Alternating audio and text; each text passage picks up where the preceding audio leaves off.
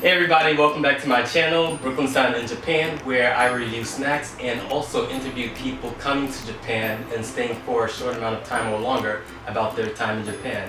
So today we actually have a new guest for you guys, and he's from America. So first, do you want to just tell everyone your name, where you're from? My name is Daryl. I am from northern New Jersey, and so far I've been in Japan for 10 days, Okay. and I'll be here for another 79 days. 79 days, that's a long time. It's a long time. So why 79 days? Why are you staying in Japan for such a long time? Total 89 days. I lived in Japan 25 years ago, and like most people who live in an interesting place, you take for granted all the things that are available to you in that place, and that's what I did. I thought I could always visit these interesting places in Japan, and before I knew it, I was heading back to the United States. So it was always a dream of mine to come back and explore all of Japan, and unfortunately I was diagnosed with an illness, and I thought that I would never come back. Now that I'm healthy again, I just decided this is the time to explore, and so that's what I'm doing. Okay, sounds good. So far, where have you been in Japan? Okay, so I arrived in Tokyo, and I spent 3 days in Tokyo, and then I went to Kyoto, and I spent 4 nights in Kyoto, and so now I'm in Osaka for 5 days. And I have a long itinerary after that. We probably don't know if we want to go into that, but next is Kobe, and so far so good. Okay, nice. So far, what's been the best prefecture in your opinion? Wow. It's a loaded question. It's a difficult question to answer because they're all so different. Sure. Okay, well maybe I should ask, what was your favorite place in Kansai? What were a few of your favorite places in Kansai? Well, Like Osaka? well, I really like I like Kyoto just because the rich history is there for you to explore. It's so accessible, and there's just so much beauty in Kyoto. And you know, I had read the history of Kyoto, and I read the history about how it was spared during World War II, mainly because it was so beautiful, but I mean, obviously there were some other reasons. But going to Kyoto, you can sort of see why it was spared. It's just such a beautiful, just quintessentially Japanese city, where the ancient and the modern coexist without one encroaching on the other, and the people are just so friendly. But to answer a question like that is so difficult because there are things about Osaka that I like. You could probably just talk about Osaka forever and ever, but I could talk about Osaka, and I think also, I mean, I have a host in Osaka. I didn't really have a host in Kyoto, so my experience here has been a little bit different. It's been better because I feel like I have a friend in Osaka. Whereas in Kyoto, I basically explored it all on my own. I mean, I met some interesting people in passing, but that's different from, let's say, building a friendship, you know. exactly, just staying with someone and actually having someone to talk to about your day and things that you experienced. Exactly. But Nara, I went to Nara today for a day trip, and Nara is very interesting too. People in Nara are very, very friendly, very kind, and the impression I get from Nara is that they are really resisting becoming commercialized, and I don't know if it's just the character of the people, or just a decision that they wanted to sort of preserve their Japanese identity But that's just my observation. But I got a long way to go. There's Hokkaido and Tohoku and all these other places. But so far I like every place I've been, but for different reasons. Gotcha. So I guess, what was your first impression? I know you said you've been to Japan before, but what was your initial impression when you first came to this country? You mean before or now? Now. Maybe before. Maybe you could talk about before and now. How do you feel first coming to Japan versus coming back to Japan? Well, when I first arrived in Japan, I was in Okinawa. So, and I didn't learn this till later, till after I came to the mainland, that Okinawa is like its own little country. The culture, even the language, and the history are quite different. I mean, Okinawa didn't really become part of Japan until 1979. A lot of people don't know that either. A lot of people don't know that. And so the whole Ryukyu Kingdom and the islands is different, the island vibe, and just this, the people have kind of a sweetness about them. And so I came to Okinawa with zero expectations.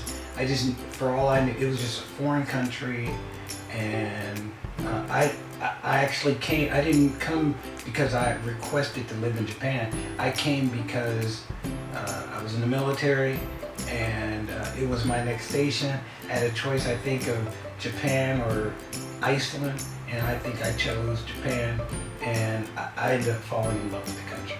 Just completely falling in love with it. Coming back the second time,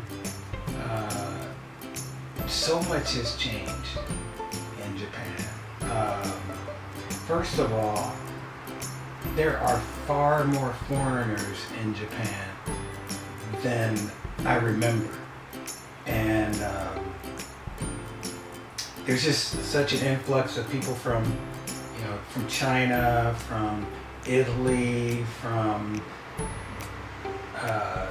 South America, from Australia, from New Zealand, and my memory of my first memory of Japan was that it was mostly Japanese people that I encountered.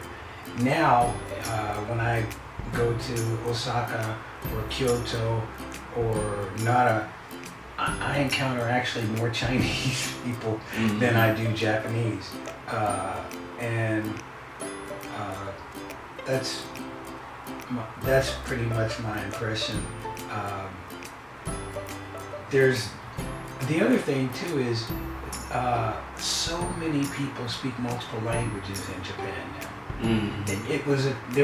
When I was here 25 years ago, pretty much English was the only language that anybody was really serious about studying. Now you talk to Japanese people who are studying, Spanish, Chinese, Korean, Portuguese, and so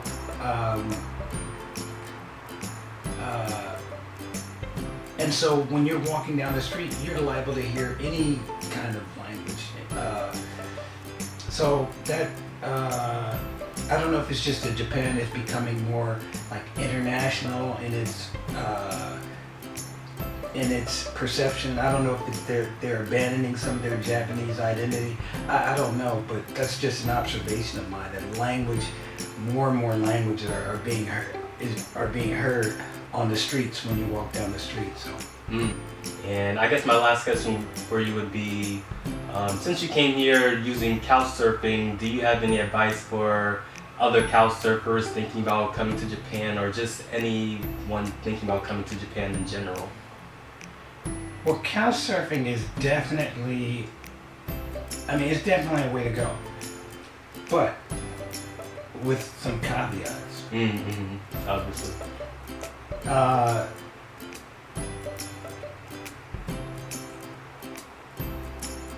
One thing I would say is Couchsurfing is probably not for people who are only interested in saving money.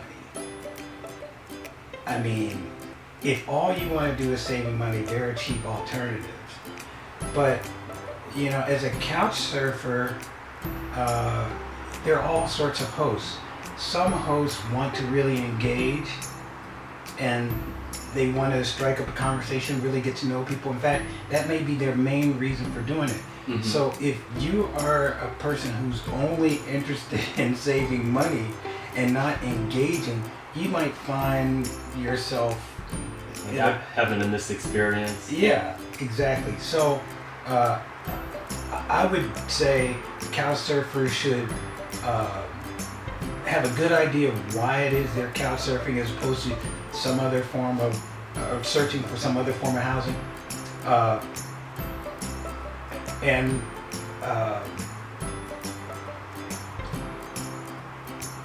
they should also know something about their host. They should have a good idea that I'm gonna have some good positive chemistry with this person rather than just shacking up, in their extra bedroom and not having any conversation. It happens. Yeah. Also, if you're going to be in Japan any length of time, consider getting the JR Rail Pass. Consider getting the JR Rail Pass and consider getting a SIM card. It just connects you to, all the services that you may need in Japan, and you never know. I use the map function constantly.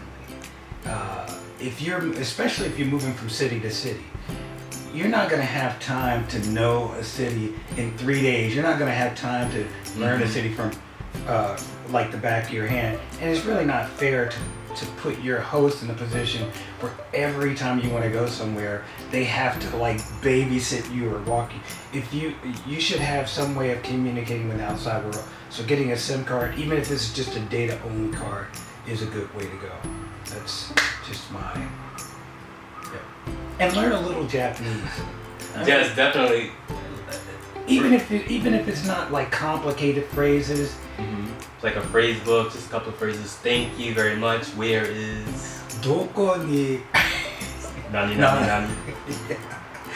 Well, learn a few nouns like train station, convenience store, restaurant, bathroom, bus stop, and doko ni nantoka nantoka. You'd be surprised how much it will help you. Definitely. And Japanese people are very good at understanding that even if you use some phrase, they're not going to assume that you're completely fluent. If you can say, Nihongo chotto hanasenai n desu kedo. I can't speak. So, and they will go out of their way. A lot of Japanese people are learning English conversation, or maybe as a part of their job, they're learning just the basics. So, if you find yourself in trouble, just the basic Japanese will really help you in difficult situations. So that'd be mine. Yep. Okay, nice. So that about wraps up this interview. Thank you so much for agreeing to be here, guys. If you like what you saw today, just remember to like, share, and subscribe, and I hope to see you in the next video. Catch you next time. Peace. Yes.